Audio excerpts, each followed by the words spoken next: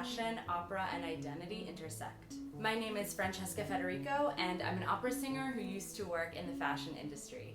I just wanted to say thank you so much again for your continued support of Opera La Moda, and if you haven't already, please do subscribe by clicking the button beneath this video to be notified about when each new video drops.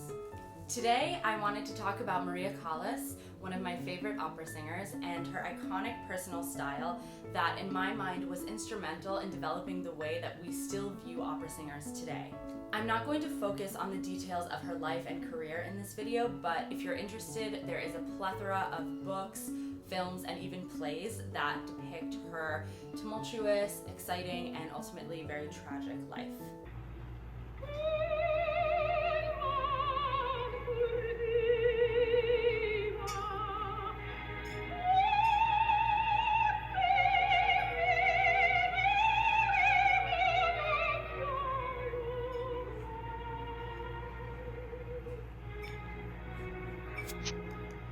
Maria Callas, aside from her magnificent voice, was also known for having a very glamorous personal style off stage, and very much conformed to the gender expression of her day. She wore ultra-feminine frocks, sported a slicked-back chignon hairstyle, black winged eyeliner, and notably lots of statement jewelry made of diamonds, pearls, and other precious stones. Other details of her personal style included large statement belts, which emphasized her hourglass figure, as well as her much-discussed weight loss, fur coats, and gloves both long and short. These were all elements of fashion that were prevalent in the 1950s and 60s, but Callas used them to emphasize the image she was building as a leading lady and muse to the worlds of both classical music and high fashion. The designer Yves Saint Laurent said about Callas, "Diva of divas, empress, queen, goddess, sorceress, hardworking magician, in short, divine." This characterization of Callas led to her nickname La Divina. Even today, she is known as an enigmatic and passionate figure who would live and ultimately die for her art. Her short, somewhat tragic life is held up as an example, for better or for worse, of what opera singers should aspire to even today. So today, I'll be breaking down 5 of Callas's iconic street style or offstage looks, and will be offering my version of how to wear the outfits today. I think it's fun to imagine how Callas might have dressed if she were alive in the 21st century, and there's nothing wrong with channeling a little bit of the La Divina within us all. I am even wearing my version of a Callas-inspired outfit for today. This is a 1950s wiggle dress that I purchased from Mill Street Vintage, which is one of my favorite vintage stores on Etsy, and I'll be putting a link to their shop in the description below the video in case you want to browse any of their wonderful pieces.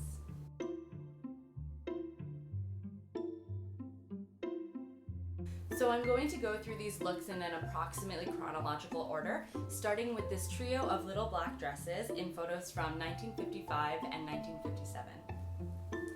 Callas wore a lot of black and was even said to have worn a blue dress with a black veil in her wedding to Giovanni Battista Meneghini in 1949. I personally don't think there's anything wrong with a blue wedding dress, as I wore one to my own wedding, but that's just my opinion. But back to black. These dresses would all have been longer in length, below the knee, or midi length, meaning to the mid-calf.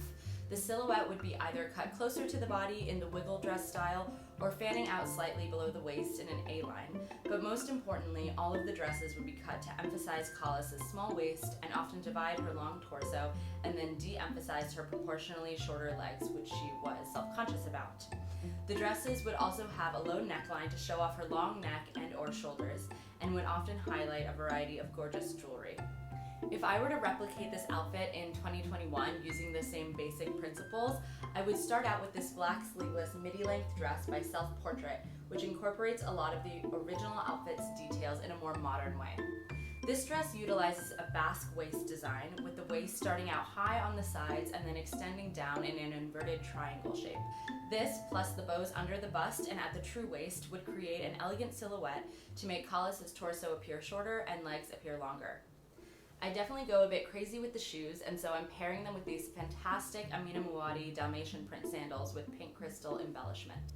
To match the shoes, I'm going with this white new Bottega Veneta mini intrecciato bag, and finishing off the look with Elsa Peretti pink pearl drop earrings and a diamond and white gold split choker by Anita Ko.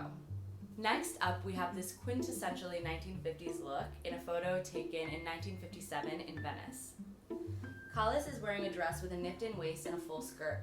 This type of circle dress cut was a modification of Dior's new look introduced in the late 1940s as a reaction to the conservatism of World War II.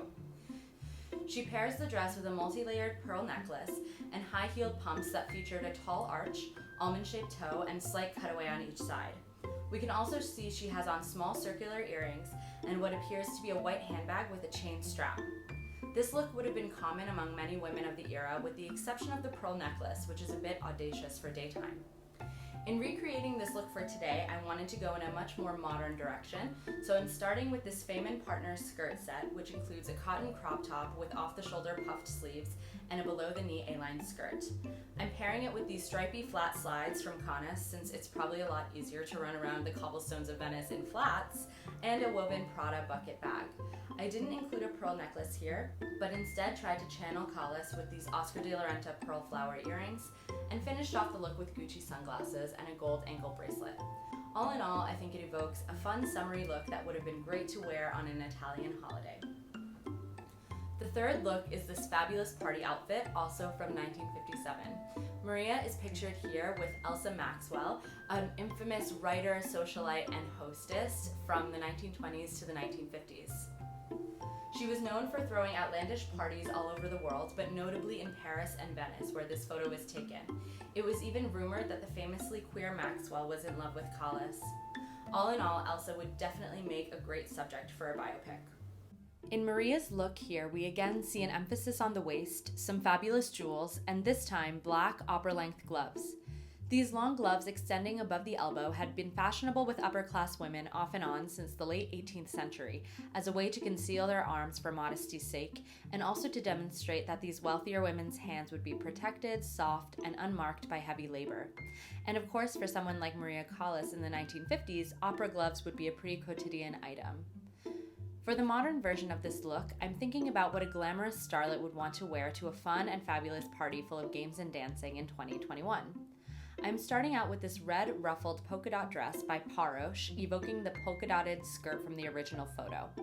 Instead of a big satin belt, I think this harness belt is a bit of an edgier way of drawing attention to the waist. These big Versace platform boots are super fun for dancing the night away, and then of course we have some really sick black latex gloves that I found on Etsy.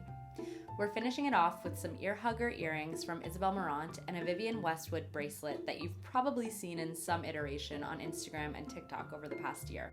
All in all, I would definitely want to wear this look for a night of fun celebrity shenanigans, so if anyone wants to invite me to their party in Venice, I am definitely available. Fourth up, we have some more polka dots, but I swear to God I'm not going to suggest another polka dot dress because I'm afraid this is literally becoming a polka dot fan account. However, I really love this look on Maria and I want to talk about it a little. This photo was taken in Spain in 1961, and she's pictured here with Grace Kelly, or Princess Grace of Monaco, as she was known after her marriage to Prince Rainier III, the sovereign to the Monegasque throne in the mid-20th century. I love this look on Maria because it's a much softer and more casual look on her. As you can see, her hair is pulled gently up at the sides, her dress is a loose belted shift, and she's wearing some strappy slide sandals. We don't see any pearls or diamonds here. Instead, she is jewelry-free with the exception of a simple silver bracelet.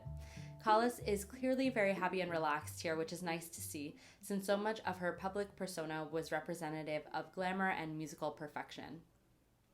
So for a modern version of this look, I decided to start with this fun 70s-inspired jumpsuit by Maj. It's a little bit structured with lapel collars and a belted waist, but its print and short length makes it very summery and fun as well. I wanted to stay pretty true to the original sandal Maria is wearing, so I added these strappy mint sandals by Gucci. Again, for the accessories, I went super simple, so I just have a silver bracelet and a hair bow that could be used to tie up hair at the sides. Then I have some summery Prada shades and a Simone Rocha crystal embellished mini bag. The last outfit I wanted to look at is this airport look from 1966, taken in Paris at Charles de Gaulle. The photo is not great resolution, but I really love the 1960s style elements seen here that differ from what we were seeing in Maria's outfits from the 1950s. Firstly, she is wearing what looks like a shantung silk shift top and some kind of matching bottoms, most likely a skirt, with a triple layered pearl necklace underneath. As you can tell by now, this is a Callas signature accessory style. She has on some circular earrings, sunglasses, and a polka dotted head covering. These sort of scarves, bonnets, and turbans were common in the 1950s and 60s as they were both fashionable and offered protection for one's hair. Most women of the era would be getting their hair done or set once a week, and so it was imperative when traveling that it would not get mussed or flattened. I thought it would be interesting to consider what Callas would be wearing to the airport in 2021, considering that most of us wear sweatpants or yoga clothes nowadays. So I'm taking a little risk here and putting her in this matching workout set from Girlfriend Collective. I love the color and the style is really chic and comfortable for flying. I added a black cashmere cardigan by Kate since you always get a bit chilly on the plane. I don't think Callas would have gone so far as to wear sneakers with her airport ensemble, so instead I put these cute slides from Studio Amelia. Instead of the heavier pearls from the photo, I've added this modern, slightly deconstructed pearl necklace from Love Nestle and simple pearl studs from Yoko London. And to finish it off, this incredibly chic dog carrier from Saint Laurent because of course Maria's pooches deserve the best. That's all I have for my retrospective of Maria Callas' street style and ways to wear it today. Thanks so much again for joining me, and don't forget to subscribe and follow me at Opera La Moda on Instagram. Can't wait to be back here next week with some more opera and fashion fun. Thanks so much, hugs and kisses, see you soon.